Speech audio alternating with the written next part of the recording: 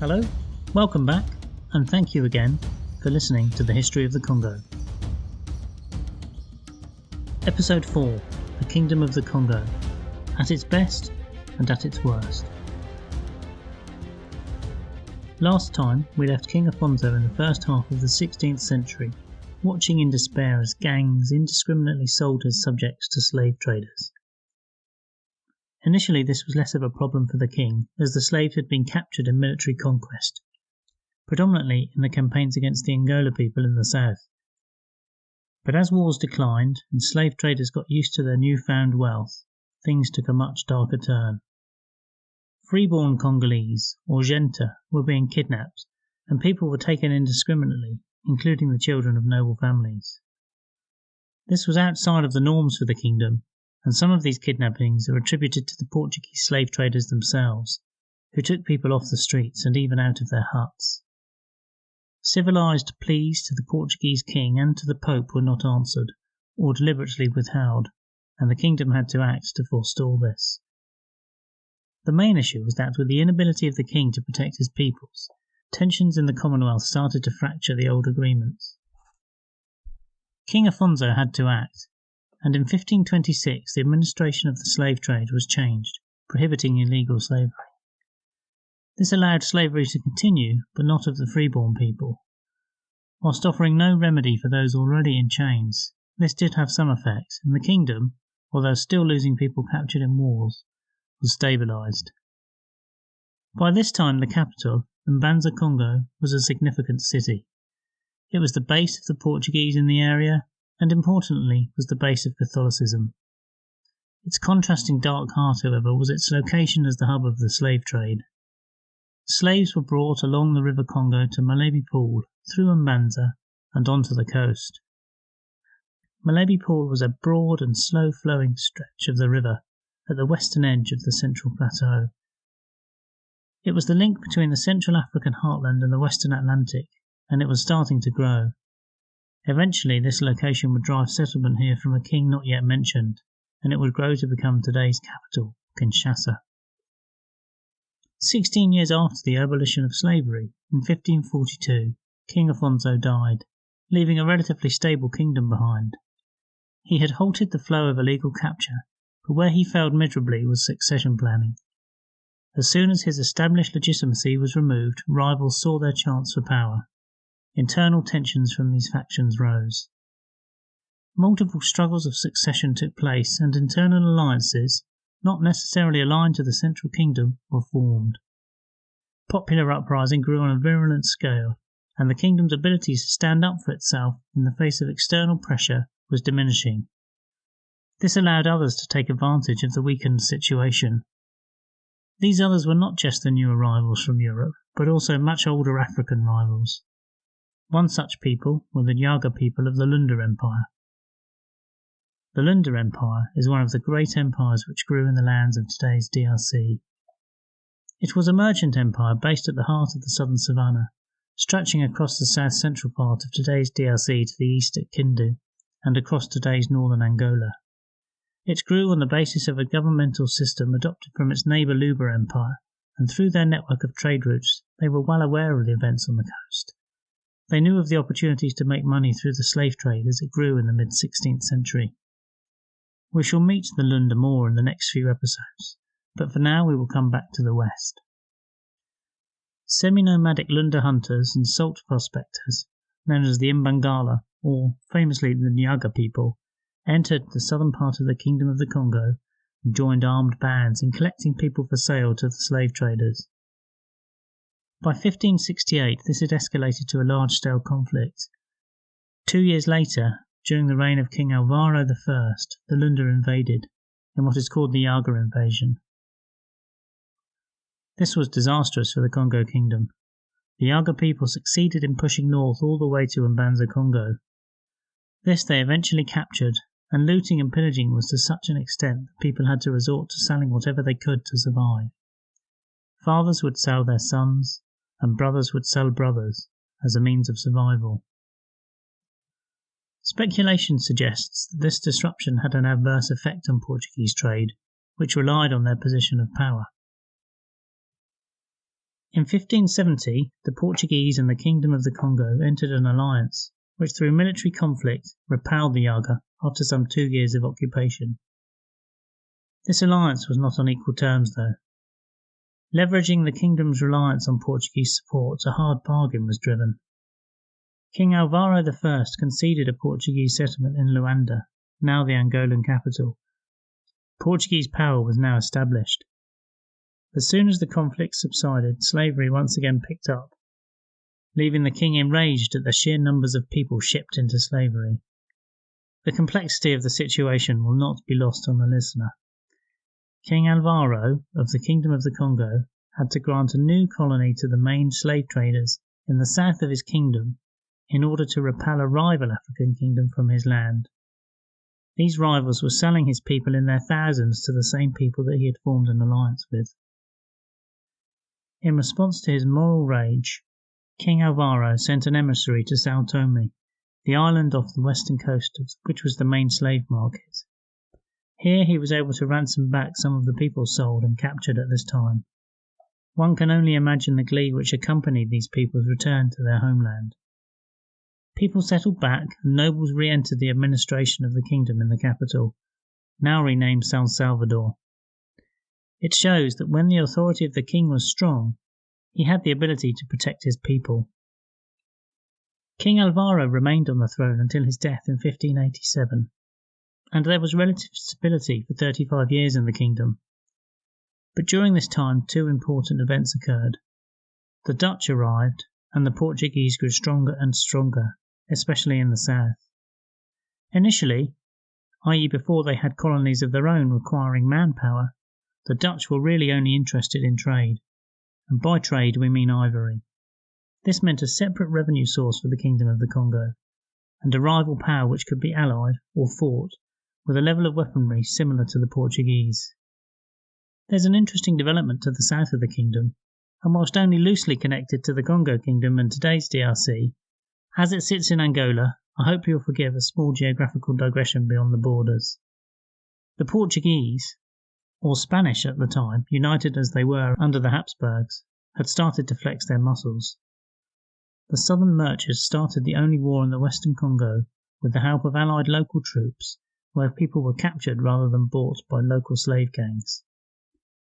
As you can imagine, this was not well received, and famously Queen Nzinga of the Ngogo people fought a 30 years war with them after some shrewd negotiations turned sour. This was a guerrilla warfare campaign with the Portuguese, and the Ngogo maintained a base in the Manu, or bush, in which her troops could live and retreat to. I would like to talk more about this, but given it's outside of my self-imposed DRC focus, I will leave it there. But look her up, it's fascinating. She was a woman in a man's world and fought the Portuguese and their allies, including the use of the Dutch Navy as her own ally, and she survived into her 80s. There's a film of her made by the Angolan film industry. If you're really keen, look at the clips online. At least it gives some dramatic entertainment. She is destined to be a hero of the Angolans and their empathisers for some time. With the Portuguese weakened by this conflict, and the Kingdom of the Congo strengthened from years of stability, it was time to negotiate a peace treaty. In 1622, the Kingdom of the Congo was in discussions with the then Portuguese governor, de Souza, to this aim. Emboldened by their weaponry, however, de Souza double-crossed the kingdom, and with the Mbalva people in support, he attacked from the south. Now under King Pedro, the United Kingdom of the Congo was too strong, and in 1623 the Southern Coalition was driven back. King Pedro was so enraged by the double cross that he wrote letters to the Spanish king, the Pope, and the stadholder of the Netherlands. The Portuguese governor had clearly gone rogue, and he was immediately recalled back, although he died on the voyage home. As further recompense, 1,500 slaves who had been taken across the Atlantic to Brazil were returned. Hard as it is to imagine now, the Kingdom of the Congo was an important state operating on the international stage, and it was not to be trodden on. The kingdom was also proactive in diplomacy, and in 1642 the kingdom had emissaries in Holland, Brazil, and the Vatican, and as you have seen above, was able to work in opposition to the slave merchants. As with all states, it used these relations to its advantage wherever possible. In the 1640s, the new Congo king Garcia I sided with the Dutch against Portugal and Angola, and the kingdom was able to reconquer some of its former lands to the south.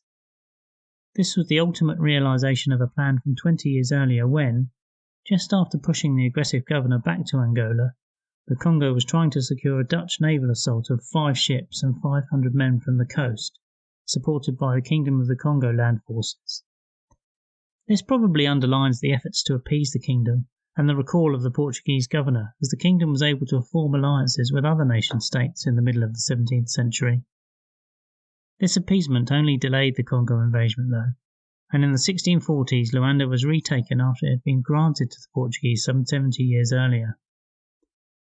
It is a measure of global awareness and its embedded Catholicism that as part of the treaty with the Protestant Dutch, the Congo king had deliberated whether this alliance would cause the Congo to become embroiled in the 30 Years' War.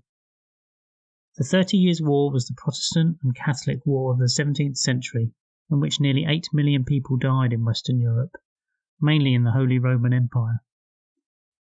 This war represented one of the highest percentage casualty rates of all time, where up to 50% of the population died.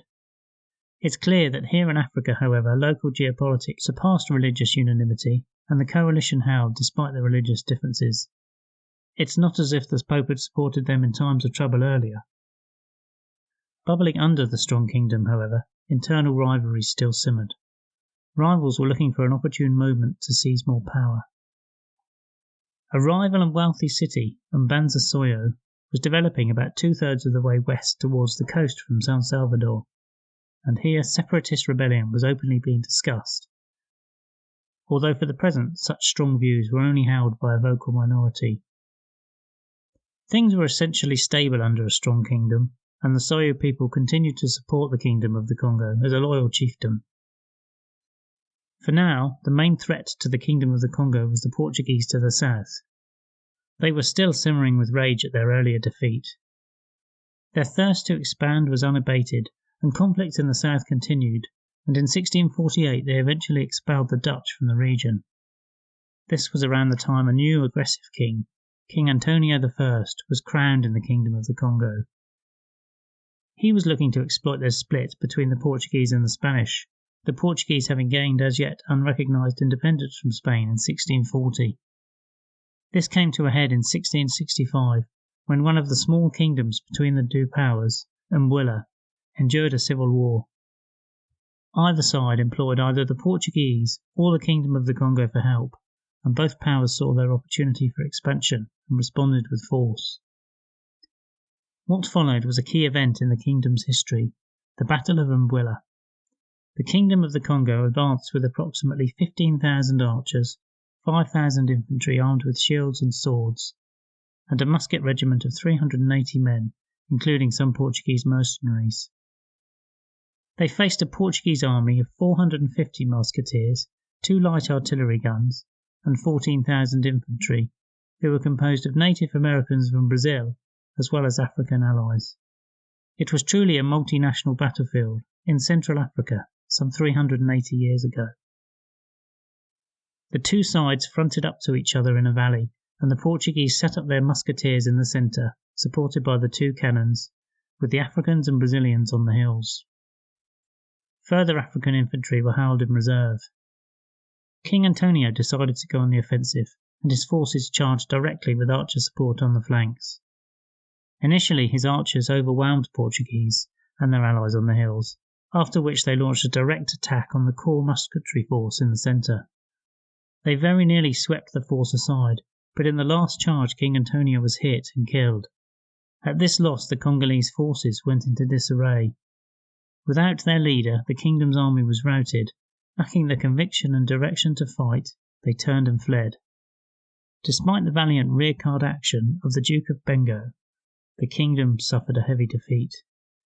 In addition to the king, 5,000 Congolese troops, most of the court nobles, and the San Salvador royal chaplain were killed.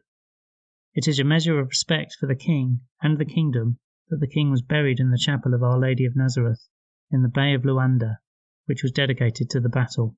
With the kingdom defeated and leaderless, the Portuguese were determined to stabilise their presence in the region. and continued to press northwards. Only 13 years after the Congo Dutch victory, the Portuguese were able to take back the island of Luanda. There they would remain in control until final Angolan independence in the form of present-day Angola in 1975. Not only did this mean the firm establishment of an acrimonious rival to the south, but the reconquest also meant that the cowrie shells, still used as currency throughout the kingdom and Central Africa, were no longer available. In a double blow, the leadership and the economic base of the kingdom was over. Alfonso's death created a power vacuum. The Soyo separatists seized their opportunity, which led to a protracted civil war. This came to a head in 1670, and the Kingdom of the Congo resorted to a treaty with the Portuguese, now its allies again, with a view to defeating the Soyo separatists once and for all. Together with the Portuguese, the kingdom invaded the Soyo province, to the west of the kingdom's capital. The strength of the Soyo, however, was dramatically underestimated. They were able to field an army of 20 to 25,000, which defeated the attack. Aggrieved at this, the defenders did not stop after their victory, and the Soyo continued west to San Salvador. The capital of the kingdom was sacked to a degree far extending the occupation of the short-lived Jaga. The population either fled at the advancing Soyo, or were pillaged to such an extent that they could not find a way to survive. There was no way for the inhabitants to survive this destruction and a crisis of this level, and after 280 years as a seat of power, the capital was abandoned. From this chaos, two notable factions emerged, the Kimpanzu and the Kinlaza. At the 10,000-foot level of this podcast history, there is little discernible difference between the two factions. It really came down to who controlled the resources. These parties continued to fight for the next 150 years, and the people continued to suffer. But of course the people did not suffer in silence.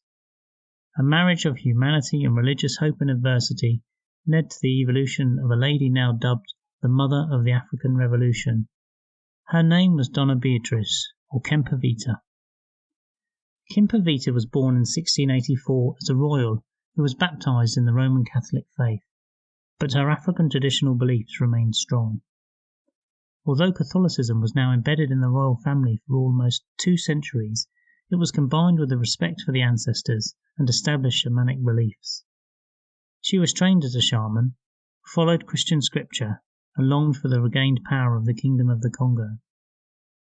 At the age of 18, in 1702, she had a near-death experience and recovered, believing herself to be the manifestation of Saint Anthony, the patron saint of Portugal. She preached that the Kingdom of the Congo was the Holy Land, and that Mbanza Congo, now called San Salvador, was the biblical Bethlehem. Importantly, and most alarmingly for the Capuchin missionaries, she spoke that Jesus Christ and other saints were black Africans, and that whilst the European Church was not beneficial for Africans, heaven was also for the Africans. In the oppression and fear that existed in the failed kingdom, these were powerful messages of hope. Village after village embraced her thoughts, and Antonianism was born. San Salvador was resettled, and to the alarm of the Portuguese, even nobles were started to move back. There was a further of discontent and ambition that had been rekindled among the people. She fought against the civil wars that were weakening the kingdom and against slavery, which was the main benefactor of the turmoil. She had some success, but as you know, this was insufficient to stem the tide of oppression. She was approached by one of King Pedro IV's generals as an ally based against the king, and just like that, the king decided she represented too great a threat to his own power base. She was condemned as a heretic and burned at the stake in 1706, under the watchful eye of the missionaries. The scorpion had bitten the crocodile. Her legacy continued until 1709, when San Salvador was taken by the king, but her legacy was longer lasting. Her message of African Christianity was now out of the bag, and was reborn in the Congo over 200 years later. This was in the time of another great oppression, and it was led by Simon Kimbangu. Her ideas even spread with the people taken overseas. They were seen as pivotal to the 1739 Stono slave rebellion in South Carolina, and in the Haitian Revolution, and they remain with us today. San Salvador was re-established as a holy city and the capital once more. But despite this short period of hope, internal conflict and the weakening of the kingdom continued. Pitched battles did occur, and in 1763 the Kinzala faction was victorious after a battle involving 30,000 soldiers, although they were only to hold power for a short while, as the Kimbanzu and other factions, notably the short-lived Kivuzu, regrouped and regrew. The anarchy meant that the kingdom had lost power over its land and the ability to protect its people. With perpetual infighting and the willingness of the victors in these battles to sell the conquered peoples, the slave traders were able to take advantage. There was no organised opposition such as they had faced in the past. The sale of slaves from the Kongo region rose to horrific levels. The protection of the strong kings of history was gone, and the amount of people sold to slavery rose to the highest numbers in history. 215 years later, in 1865, the last slave ship left the Congo bound for Cuba, with a cargo obtained by Congo brokers. Until then, the wider Congo area, including those from inland, lost 4 million people, representing the departure of just under 40% of all slaves transported across the Atlantic. This equates to 186,000 people each decade, or over 18,000 people per year. If the moral strength of the Kingdom of the Congo had remained as a united commonwealth, I like to think of a robust Central African kingdom preventing this, as it had done in the past. But sadly, this was not the case. This is not a slavery history podcast. This is an understandably huge and important topic, and in deference I know that there are far, far better than me to tell these stories, often with recounts of personal histories. I would not in any way want to make any delusions that I could speak to them. But without talking of slavery, it would be impossible to provide a comprehensive history of the Congo. With the breakdown in the social fabric that slavery caused, there was no way the region could keep pace with global development. The social impact on people remaining was immeasurable. Most in demand as slaves were adult males. This meant that the population was able to sustain itself, enabling the continuation of the ghastly trade, but it also meant a hard life with little space of progress for the women left behind. These women not only had to fulfill the traditional Congolese tasks of women in the village, but they also had to perform the traditional men's roles, such as ploughing the fields and constructing the houses. It was a tragic period in history, and the suffering for those sold and those remaining remains incalculable. Despite a lag of 16 years, as mentioned above, in 1839 slavery, at least by name and as part of transatlantic trade, was starting to come to an end. The British Empire, now a global superpower, had banned all slavery and had sent the Royal Navy to patrol the west coast to ensure slave ships could no longer cross. The large settlements of central trade reduced in importance, and merchants relying on the slave trade for income searched for a new source of wealth. Here the suffering was passed on to Congo's fauna, and elephants became the new resource to be taken as their tusks, sold as ivory, grew in value on the international market, to Europe, America, and to the Far East. Hunting for ivory required less centralization, and the larger population hubs declined in power as people dispersed once again to the forests and savanna to seek ivory across a wider area. As this happened, the Kingdom of the Congo was reduced further from a centralized state to a collection of small decentralized trading villages. It was in this state that the once strong and united Kingdom of the Congo was eventually split, in a meeting in which no African, let alone Congolese, was present. The south, including San Salvador, passed to the Portuguese colony of Angola. The north suffered a different fate. This section, including the western reaches of the River Congo and Malaby Pool, passed to one man. He was from a tribe which had hitherto played no part in the region's history. We shall meet this man and explore how this came to be in later episodes.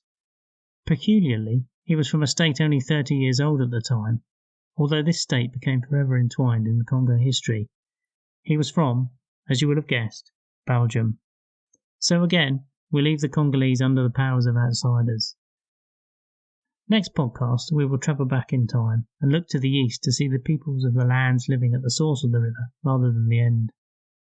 We meet a tribe that developed a system of African government that was so effective it lasted for hundreds of years and shared this system across most of central southern Africa. We are now set up for the eastern part of the journey. I for one am excited, so until next time, thanks for listening and safe travels.